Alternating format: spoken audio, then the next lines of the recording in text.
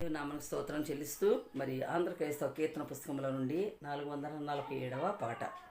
సృష్టి పిత సర్వోన్నత సమర్పింతున్ సర్వస్వమున్. సృష్టి పిత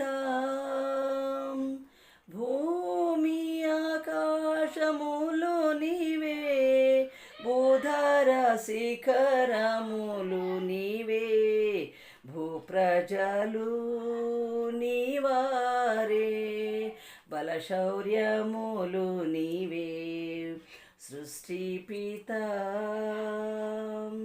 మా వెండి బంగారములు నీవే, మాకున్న వరములు నీవే, మా దేహముల్ మా గేహముల్ మా జీవితము నీవే.